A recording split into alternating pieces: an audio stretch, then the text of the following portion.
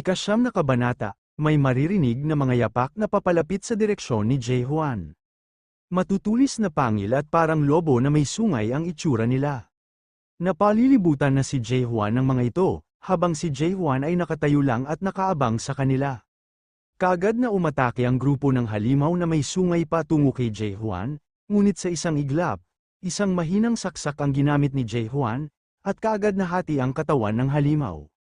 Habang napalingon siya sa likod niya, isang mas malaking halimaw ito. Kaya napaisip siya na hindi uubra ang isang mahinang saksak, at ginamit ni Jae-hwan ang kanyang normal na saksak, dahil dito walang kahirap-hirap na nabutas ang katawan nito, kahit sobrang laki at mas malakas ito sa ibang halimaw.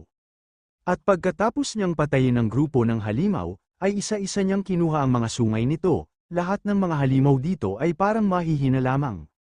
Sambit ni Jae-hwan, at may narinig siyang boses na paparating. Nagsasalita ito nang hindi niya maunawaan na uri ng pananalita, ito ay parang may tinutukoy, ang mga nakuha ni Jae-hwan sa halimaw, tinuro nito si Jae-hwan. Kahit na aktibo ang suspisyon na katangian ko, hindi nito buong inilalahad ang lahat ng sinasabi ng halimaw.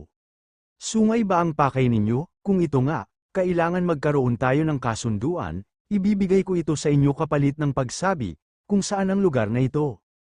Tanong ni Jae-hwan, ngunit umatake kaagad ang insektong halimaw, kaagad niyang sinugod si Jae-hwan upang patayin, ngunit umilag lang dito si Jae-hwan.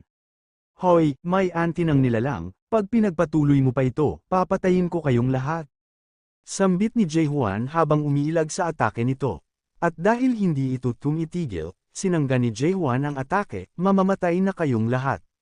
Pagkatapos masambit ni Jae-hwan ang katagang ito, sa isang iglap lang ay kaagad niyang natalo ang mga insektong halimaw.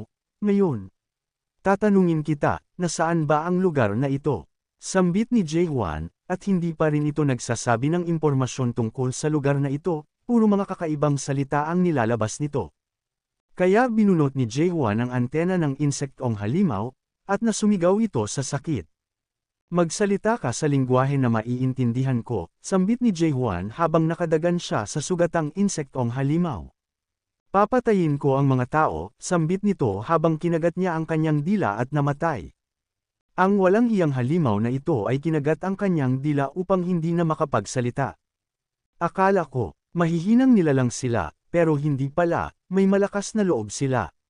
Sambit ni Jae-hwan habang nakatingin sa nabunot niyang antena ng insekto.